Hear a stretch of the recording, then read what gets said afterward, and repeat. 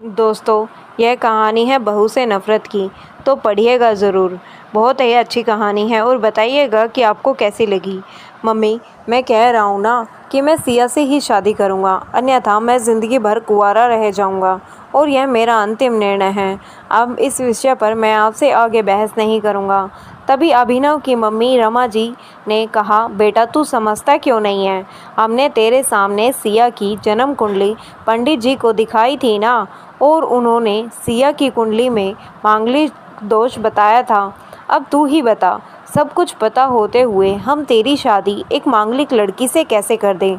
तू जानता नहीं कि मांगलिक दोष वाले की जीवन साथी की मौत जल्दी हो जाया करती है। इसीलिए तुझे मैं समझा रही हूँ, तू भूल जा सिया को। रमा जी ने अभिनव को बहुत समझाया, पर अभिनव का कहना था कि जब मैंने सिया से प्यार किया था तब मैंने उसके साथ प्यार करते हुए जन्म कुंडली का मिलान नहीं किया था, और ना ही मैं इन मिलानों को मानता हूँ। इसीलिए अब बस मैं शादी करूँगा तो सिर्फ सिया से, और यह मेरा आखिरी फैसला है। आखिर रमा जी को अपने बेटे की ज़िद के आगे झुकना ही पड़ा, और पंडित जी के द्वारा बताए गए अनुसार सिया के मंगल दोष को दूर करने के लिए अभिनव के साथ शादी करने से पहले सिया की शादी एक पेड़ के साथ करवाई गई, और उसके बाद सिया ने अभिनव से शादी करी। सिया दुल्हन बनकर अभिनव के घर आई, पर रमा जी को सिया का मांगलिक होना अभी भी खटक रहा था, और रमा जी उसे दिल से नहीं अपना पा रही थी, और घर में कुछ भी परेशानी आती तो उसका दोष सिया को ही दिया जाता। लेकिन सिया पढ़ी लिखी संस्कारी लड़की थी, और वह अपनी सासू माँ से मिले इन बेवजह आरोपों को अपने दिल से नहीं लगाती थी, और ऐसे ही ससुराल में उसके दिन कट रहे थे। एक दिन अभिनव ऑफिस से जल्दी घर आ जाता है। तब रमा जी ने उससे पूछा, बेटा आज जल्दी कैसे आ गया? तब उसने बताया, माँ आज सुबह से ही सिर दर्द और बहुत कमज़ोरी आ रही है, इसीलिए ऑफिस में काम करने की हिम्मत ही नहीं हुई मेरी। तब रमा जी ने कहा, चल बेटा जल्दी कर, हमें डॉक्टर के पास चलना चाहिए।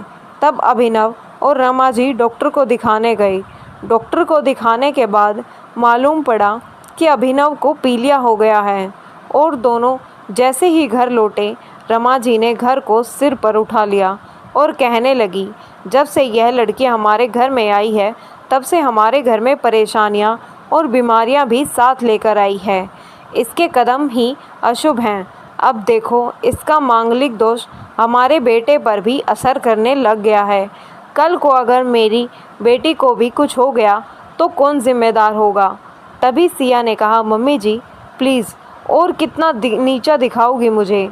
आज तक मैं चुप रही क्योंकि पापा ने यही सिखाया था कि बड़ों के आगे ससुराल में जवाब मत देना, पर आज तो आपने हद ही कर दी।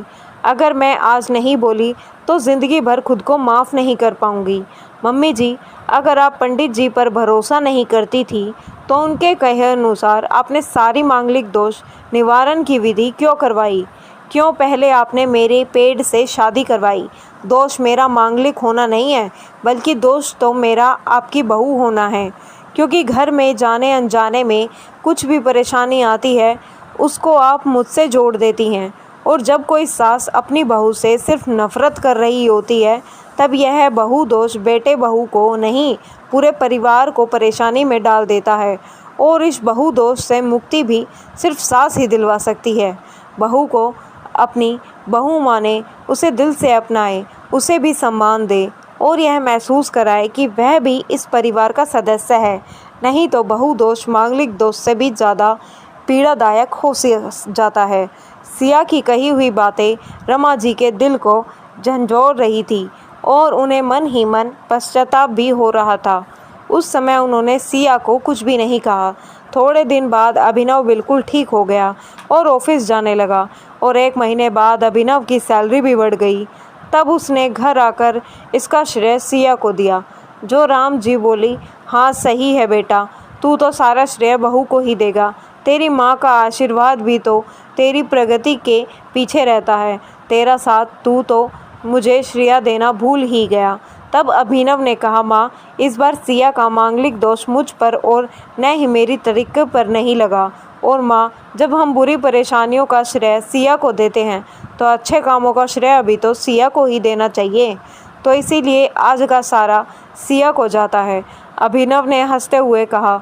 तब सिया बोली, अभिनव, तो क्या तुम भी मुझे ऐसा समझते हो?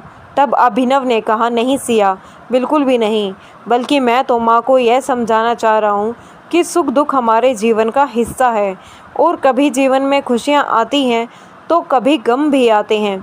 इसके लिए हमें परिवार के सदस्य या फिर अपनी बहू को दोष देना उचित नहीं है। तभी रमा जी बोली, बेटा सही कह रहा है तू, और तेरी तरक्की ही बहुत है मुझे इस झूठे दोषों से बाहर निकालने के लिए।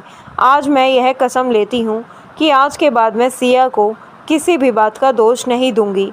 यह सुनकर सिया आज बहुत खुश थी, क्योंकि आज उसको उसकी सास ने मांगलिक दोष के साथ साथ बहू दोष से भी मुक्ति दे दी थी।